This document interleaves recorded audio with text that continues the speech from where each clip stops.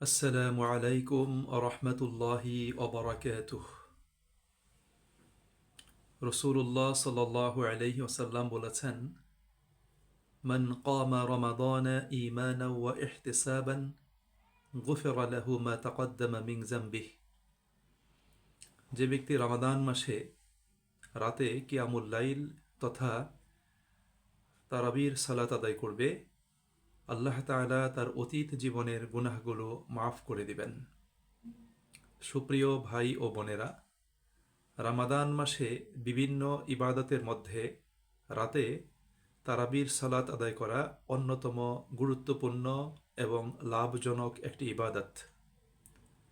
রসুল করিম সাল্লাল্লাহু আলাইহি ওয়াসাল্লাম তারাবির সালাত আদায় করেছেন, আমাদেরকে তারাবির সালাত আদায়ের ব্যাপারে উৎসাহিত, অনুপ্রাণিত এবং উদ্বুদ্ধ করেছেন এবং তারাবির সালাতের তিনি ফজিলত এবং তার লাভজনক বিষয়টি আমাদের সামনে উপস্থাপন করেছেন। সম্মানিত ভাই এবং বোনেরা, আমরা ইনশাআল্লাহ প্রত্যেকেই আল্লাহ পাকের সন্তুষ্টি লাভের জন্য, আল্লাহ পাকের নৈকট্য হাসিলের জন্য, রামাদানে অধিক লাভবান হওয়ার জন্য, নিজেদের গুনাহ মোচন করার জন্য আমরা ইনশাআল্লাহ তারাবির সালাত আদায় করার ইচ্ছে পোষণ করছি, নিয়ত করছি। তারাবির সালাত এটা সুন্নতে মুয়াক্কাদা সালাত। পুরুষ মুসলিমদের জন্য মসজিদে জামায়াতের সাথে তারাবির সালাত আদায় করা এটি সুন্নতে মুয়াক্কাদা এবং গুরুত্বপূর্ণ একটি ইবাদত। মহিলাদের জন্য মসজিদে তারাবির সালাত আদায় করার বিষয়ে এই ক্ষেত্রে শরীয়তের বিধান। মহিলাদের জন্য মসজিদে তারাবির সালাত আদায়ের জন্য গমন করাটা, অর্থাৎ মসজিদে গিয়ে তারাবির সালাত আদায় করাটা মহিলাদের জন্য শরীয়তে অনুমোদিত এবং জায়েজ। তবে তারাবির সালাত তাদের জন্য বাড়িতে আদায় করাটাই হলো উত্তম। আল্লাহ রসুল সাল্লাল্লাহু আলাইহি ওয়াসাল্লাম যদিও মহিলাদেরকে মসজিদে যেতে নিষেধ করেননি, কিন্তু মসজিদের চাইতে তাদের ঘরের নামাজকে উত্তম বলেছেন রসুল করিম সাল্লাল্লাহু আলাইহি ওয়াসাল্লাম।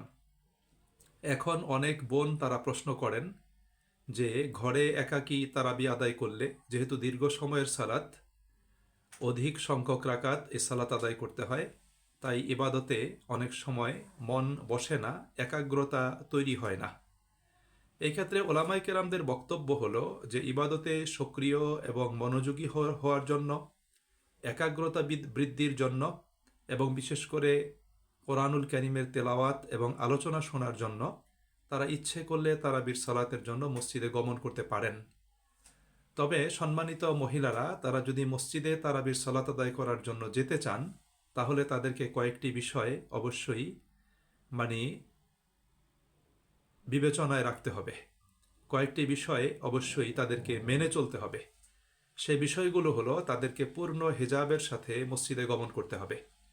অনেকেই সাদামাটা ড্রেসে হিজাব ছাড়া মসজিদে গমন করেন, এতে তার লাভের চেয়ে ক্ষতিটা বেশি, কারণ হিজাব করাটা তার জন্য ফরজ, আর মসজিদে তারাবির সালাত আদায় করতে যাওয়াটা তার জন্য ফরজ না।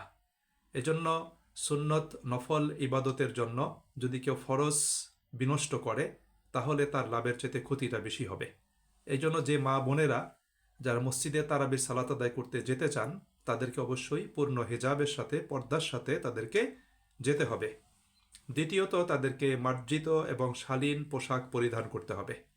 মার্জিত পোশাক পরতে হবে, শালীন পোশাক পরতে হবে। তৃতীয়ত, তারা আতর এবং সুগন্ধ ব্যবহার করতে পারবেন না। মহিলাদের জন্য ওই সমস্ত সুগন্ধ ব্যবহার শরীয়তের দৃষ্টিকোণ থেকে সঠিক নয় যেই সুগন্ধটা সৌরভ ছড়ায়। এই জন্য এরকম সুগন্ধ, এরকম আতর, সেন্ট এরকম ব্যবহার করে সুগন্ধ ছড়িয়ে, সৌরভ ছড়িয়ে তাদেরকে মসজিদে যেতে এটা বারণ করা হয়েছে। 4 নম্বরে হলো, তারা যখন মসজিদে গমন করবেন, যাতায়াতের সময় বা মসজিদ থেকে বের হয়ে আসার সময় পুরুষদের সাথে ভিড় না করা। এমন যদি অবস্থা হয় যে পুরুষের ভিড় ঠেলে তাদেরকে যেতে হবে অথবা ভিড় ঠেলে তাদেরকে আসতে হবে, সেই অবস্থাটা তাদের জন্য কাম্য নয়। এজন্য পুরুষদের সাথে ভিড় যত দূর সম্ভব এড়িয়ে চলতে হবে, ভিড় করা যাবে না। 5 নম্বরে হলো যে মসজিদে গমনের সময় তারা পৃথক প্রবেশ পথ দিয়ে মানে মসজিদে তারা প্রবেশ করবেন এবং পৃথক পথ দিয়ে তারা বের হবেন। যথাসম্ভব মহিলারা পুরুষদের আগে মসজিদ থেকে বের হয়ে চলে আসবেন, তারপর পুরুষরা বের হবেন। শরীয়তের এই নীতিমালাগুলো অবশ্যই মেনে চলতে হবে।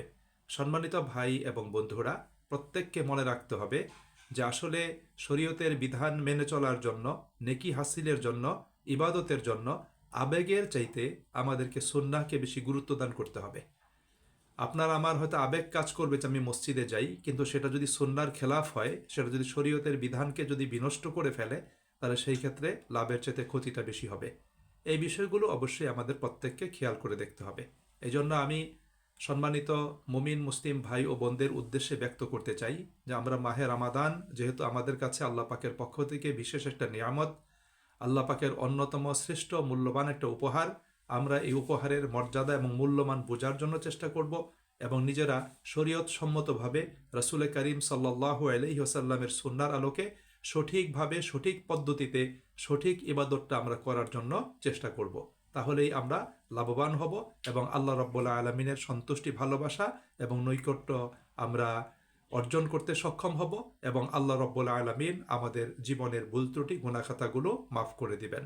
আল্লাহ রাব্বুল আলামিন আমাদের সকলকে সঠিক জিনিসটা বুঝার, উপলব্ধি করার এবং আন্তরিকতা নিষ্ঠার সাথে মেনে চলার জন্য তৌফিক দান করুন। আসসালামু আলাইকুম ওয়া রাহমাতুল্লাহি ওয়া বারাকাতুহু।